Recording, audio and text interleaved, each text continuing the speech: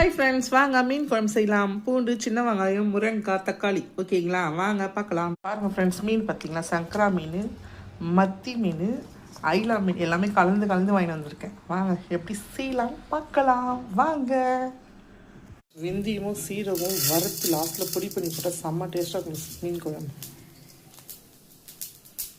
மீன் குழம்பு எண்ணெய் கொஞ்சம் மிச்சமாக ஊற்றணும் ஃப்ரெண்ட்ஸ், அப்போ தான் நல்லாயிருக்கும். கடுகு போட்டுக்கலாம், சின்ன வெங்காயம், பச்சை மிளகா, கருவேப்பிலை போட்டுக்கலாம். வச்சு தக்காளி போட்டுக்கலாம். தக்காளி போட்டு வதக்கணும்.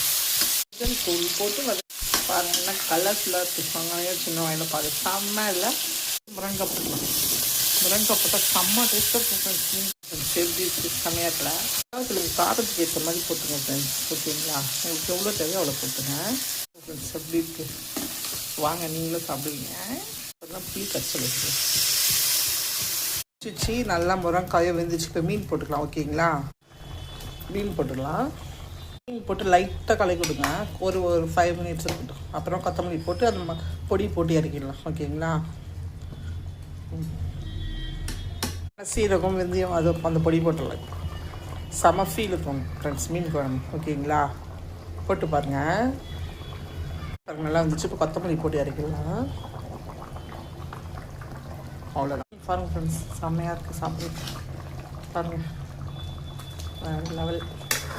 சங்கரா மீன் ரொம்ப டேஸ்ட்டு. சங்கரா மீன், மத்தி மீன்லாம் டேஸ்ட் வேறு லெவலில் இருக்கும். பாருங்கள், ஒரு முருங்கைக்காய் சாப்பிடும்போது சாதத்தில் பசங்க சாப்பிடும்போது செம்ம ஃபீல் இருக்கும் ஃப்ரெண்ட்ஸ். ஓகேங்களா.